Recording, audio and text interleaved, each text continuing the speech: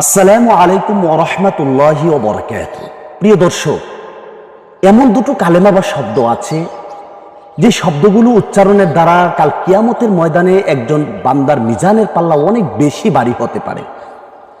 আল্লাহর হাবিব মুহাম্মদুর রাসূলুল্লাহ সাল্লাল্লাহু আলাইহি ওয়াসাল্লাম হাদিস শরীফের মধ্যে ইরশাদ করেছেন, কালেমাতানে হাবিবাতানে ইলার রহমান। এমন দুটো শব্দ আছে যেগুলো আল্লাহ সুবহানাহু ওয়া তাআলার কাছে অনেক বেশি প্রিয়। খফিফাতানে আলাল লিসান, যে শব্দগুলো মুখ দ্বারা উচ্চারণ করা একজন বান্দার জন্য খুব বেশি সহজ। সাকিলাতানে ফিল মিজান, এবং কাল কিয়ামতের ময়দানে যে শব্দগুলো একজন বান্দার মিজানের পাল্লাকে অনেক বেশি ভারী করবে। আর শব্দ দুটো হচ্ছে সুবহানাল্লাহি ওয়া বিহামদিহি সুবহানাল্লাহিল আযীম। আল্লাহ সুবহানাহু ওয়া তাআলা এই দুটো শব্দের উপরে সার্বক্ষণিক আমাদেরকে আমল করবার তৌফিক দান করুক, আমিন। আসসালামু আলাইকুম ওয়া রাহমাতুল্লাহি ওয়া বারাকাতুহু।